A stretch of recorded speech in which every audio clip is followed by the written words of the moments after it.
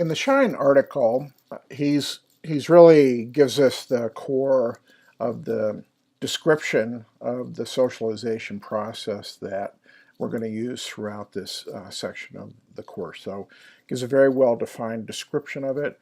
It's not a theoretical model at all, and in fact, one of the challenges for you and for us in the classroom lectures that we're going to have this week is integrating that description that he provides with the social information processing model, this underlying process of belief formation. And in this section of the course on socialization and culture, what interests us a great deal is how is it that beliefs become uniform across all the participants in an organization. That's the fundamental basis of organizational culture. I hope you can enjoy and perhaps even discuss the part he talks about where he uses the example of socialization in education programs. He in particular focuses on the Sloan Fellows at MIT and how they come to have common social values that are different than their company values, and then what happens to that set of values when they re-enter the workplace. He actually examines what happens to the class a few years after they graduate from the program. One of the interesting things about socialization is that the more aware that people are of the process, actually the stronger it works.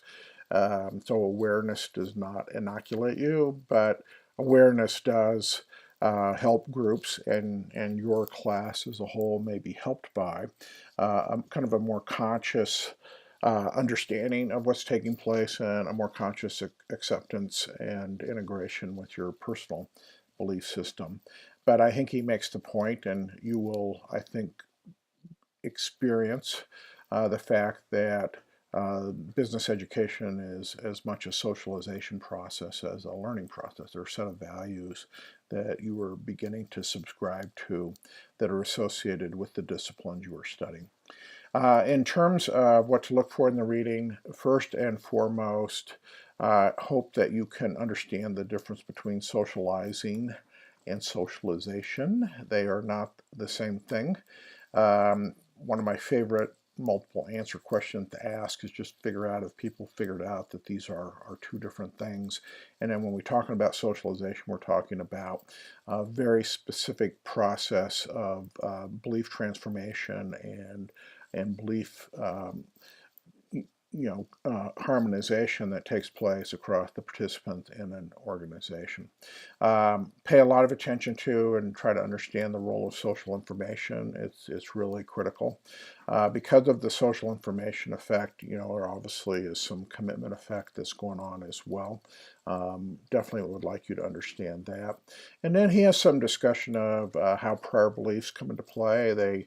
Prior beliefs definitely insulate people to some degree from the socialization efforts. They get broken down in interesting ways in organizations, and I'd like you to understand how things like humiliation processes are ways that mechanisms for eroding beliefs and making people open to believing in a different way, and connect this in with the social information processing model. The social information processing model